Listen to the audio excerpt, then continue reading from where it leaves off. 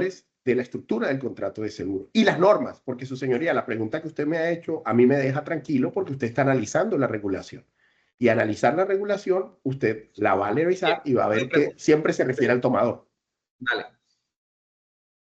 Voy a hacer una pregunta que puede ser absurda. Claro, de antemano lo digo, pero no se sienta mal. Ninguna pregunta es absurda, su señoría. ¿Está usted sugiriendo que en las 66 reclamaciones, en las 66, el tomador vendió el vehículo y el asunto sucedió cuando fue vendido? Ah, ok. Bien. Fue simplemente un ejemplo ilustrativo. Lo que sí puedo decir con contundencia es que en las 66 reclamaciones objetadas, el fraude no lo comete el tomador, lo comete la víctima. Okay. ¿Cómo hace la víctima para cometer un fraude utilizando una póliza de un tomador y que el tomador salga exculpado, limpio y sin ninguna participación cuando es claro que él por lo menos tiene que proveer la póliza para que pueda haber atención? Porque no puede llegar un tercero en estricto sentido. Yo entiendo que voy más allá de su explicación. No puede saberse quién es la víctima de antemano porque nadie sabe cuándo se va a accidentar ni a quién va a accidentar en un accidente. Y por eso es que la víctima no puede estar preestablecida o predeterminada en la póliza.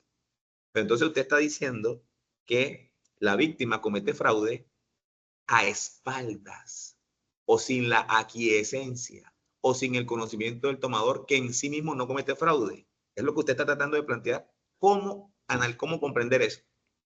Así es, su señoría. Lo que pasa es que ahí viene un juego. Todo se da porque los tiempos van variando. Y antes el SOAT era físico.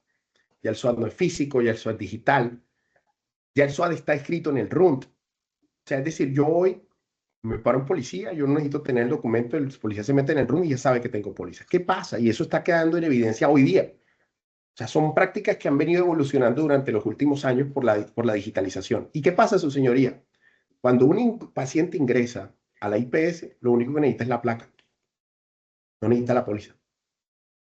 Es decir, lo que yo estoy diciendo, así como usted me está preguntando, es, yo podría ir a una IPS y decir con la placa de TZ707, que es mi carro, que tuve un accidente y que ese carro me tienen que atender, y la IPS me recibe. Antes, ¿qué pasaba? Tráigame el SWAT y uno llegaba con el papelito. Ya el papelito no se requiere, porque la IPS lo que hace es una validación en sistema de que la información esté cargada en el RUT y no pide el documento. Tanto es así que cuando la IPS presenta como beneficiario la reclamación a la aseguradora, nosotros no le pedimos copia del SOAT. Ni siquiera esto está dentro de los documentos que establece el decreto. Simplemente son los documentos de la reclamación. ¿Y si cree usted que cuando una persona está accidentada, tuvo una fractura de pierna, cabeza, cuello, tórax, en fin, extremidades, va a tener en mente una placa? Es decir, vi una placa, iba en el bus, veo esta placa, me la aprendí, si me pasa algo, pues con esa placa me atienden. ¿De verdad cree usted eso posible? Mire, su señoría, no solo lo creo, le invito a que revise las investigaciones y usted se va a sorprender de todas las situaciones que se dan. Porque los hechos superan cualquier ejemplificación que yo plantee y por eso se está generando esta controversia. Mire que al final es listo, cuando hay fraude, ¿quién paga? Porque esa es la última conclusión. Cuando el fraude está probado, porque aquí nadie está discutiendo que haya fraude. Aquí lo que se está discutiendo es, bueno, hay fraude, ¿quién lo tiene que pagar? ¿Lo paga la aseguradora del SOAT? ¿Lo paga el sistema de salud? ¿Quién lo paga? Porque es lo que decía el señor Modesto. Y yo quedo en la mitad. Aquí el quedo en la mitad no es válido. Aquí es cobrarle a quien corresponda. Porque la IPS siempre está legitimada, está obligada por constitución o por deber constitucional a atender a todos los pacientes que ingresan. Pero también tiene que cobrarle adecuadamente a quien corresponda. Entonces ya quedará a criterio de cada caso revisar las características de tiempo, modo y lugar en que se dan los eventos. Pero, su señoría, más allá de cada caso en concreto, lo que me interesa a mí es, esa es la discusión jurídica que hoy día se está planteando. Ya cada caso tendrá que analizarse según sus pruebas. Ok. Si las excepciones del artículo 2.61441 del 786 no son oponibles cuando la mala fe, cuando el incumplimiento de las obligaciones contractuales es causada por el tomador, y cuando te dice que la palabra asegurado está excluida de esa norma, por tanto, entonces, ¿cómo entonces le son oponibles a la IPS las mendacidades, mentiras que tome el asegurado cuando bajo el mismo precepto la IPS prestó un servicio? Porque ahí aplica, su señoría, el artículo 1078 del Código de Comercio, Y el artículo 1078 del Código de Comercio establece que la mala fe del asegurado o del beneficiario en la reclamación o comprobación del derecho a pago de determinados siniestros causará la pérdida del derecho a la indemnización.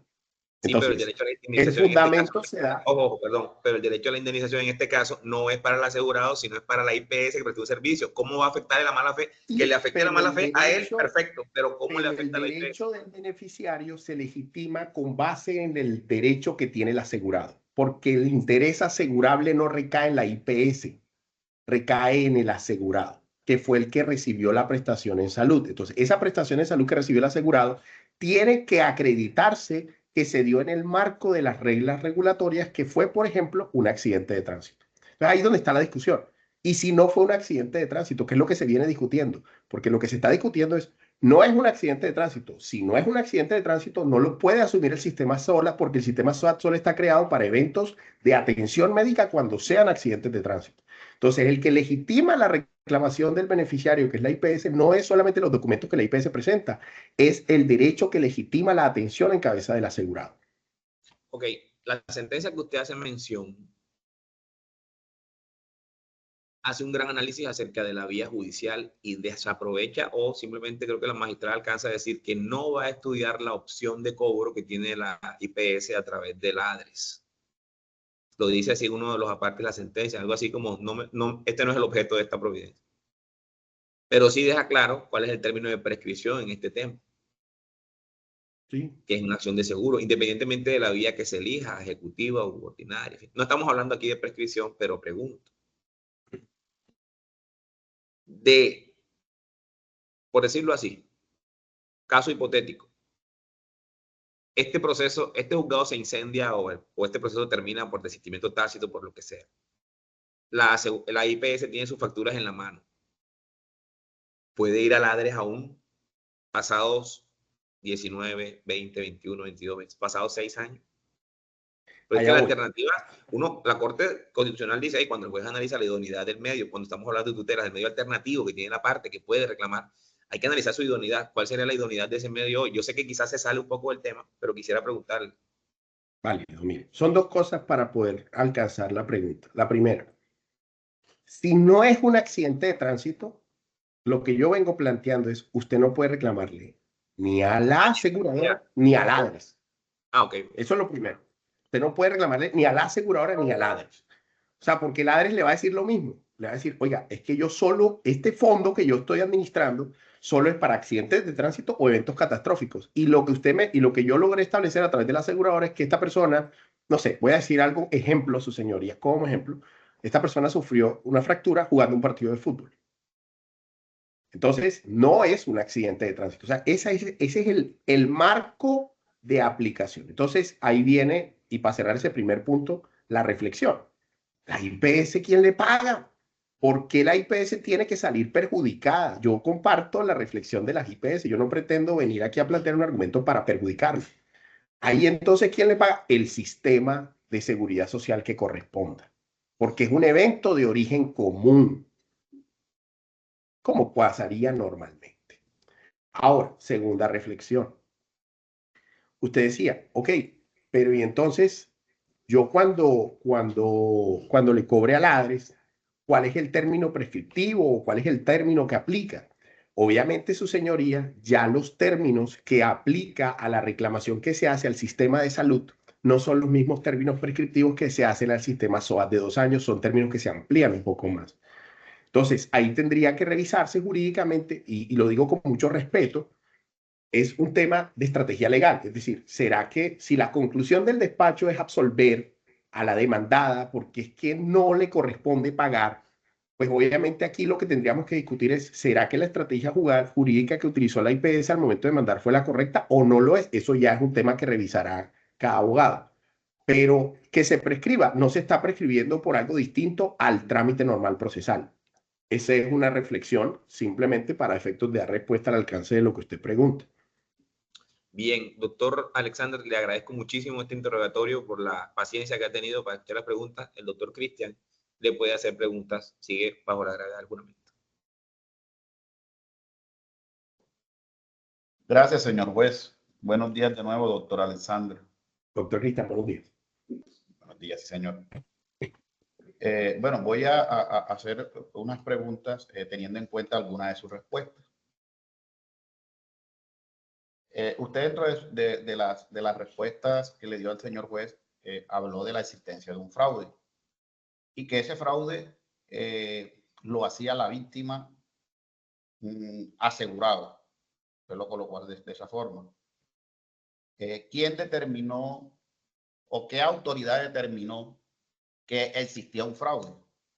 No, son investigaciones privadas que se están poniendo sobre la mesa bajo las pruebas recaudadas como hechos de que efectivamente no correspondieron a accidentes de tránsito.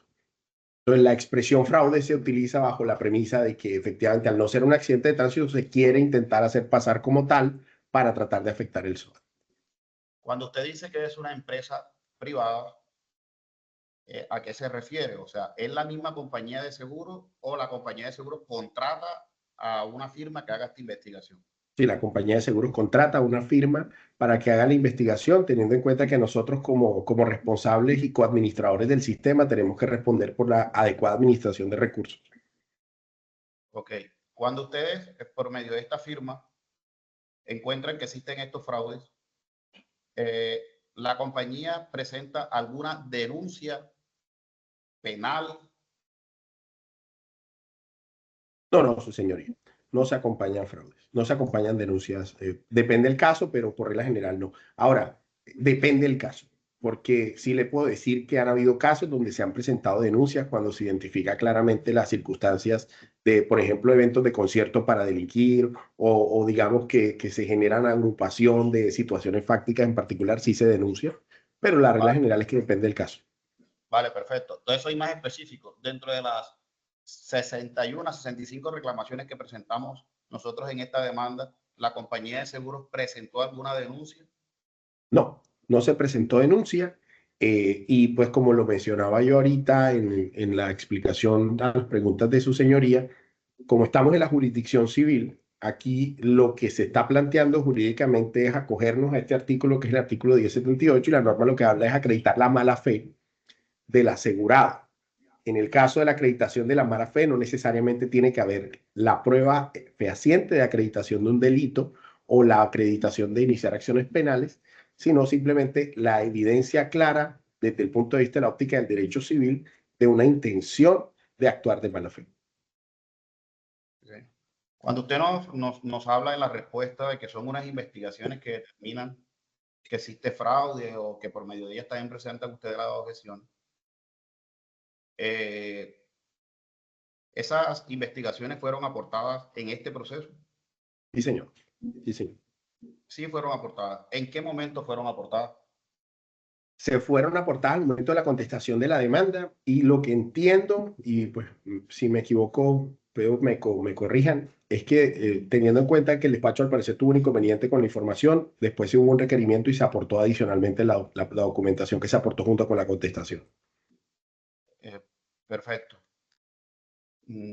Usted nos informa que todas estas investigaciones y las objeciones fueron presentadas con la contestación de la demanda. O sea, quiere decir que si nosotros abrimos y acá le tendré que pedir el favor al despacho que abramos la contestación de la demanda y verificamos eso, porque en la pasada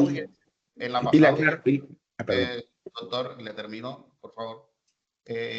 Pues esas investigaciones no se encontraron con la contestación de la demanda.